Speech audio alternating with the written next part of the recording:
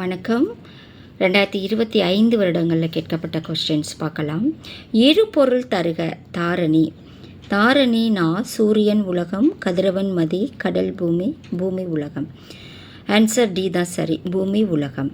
ஒரு பொருட்பன்மொழியில் மீமிசை ஞாயிறு என்னும் சொற்கள் உணர்த்தும் பொருளை கண்டறிக.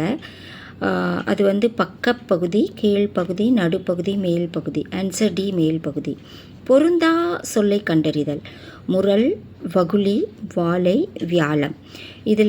இது நாளும் கொடுத்துருக்காங்க. இதில் பொருந்தாததுன்னு பார்த்தீங்கன்னா வியாழம். டி தான். தனிமரம் காடாதல் இல் என்ற பழமொழி உணர்த்தும் பொருள் என்னன்னு கேட்குறாங்க.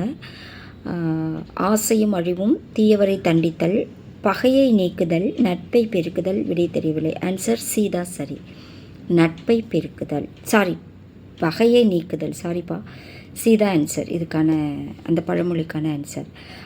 கொண்ட எல்லாம் அழப்போம், இருப்பினும் பிற்பயக்கும் நற்பாலவை.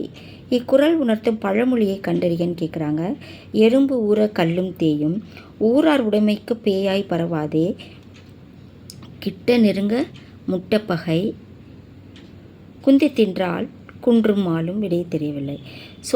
கண்ட எல்லாம் அழப்போம், இழப்பினும் பிற்பயக்கும் நற்பாலவை. இதுக்கான ஆன்சர் ஊரார் உடைமைக்கு பேயாய் பரவாதே. நன்றி.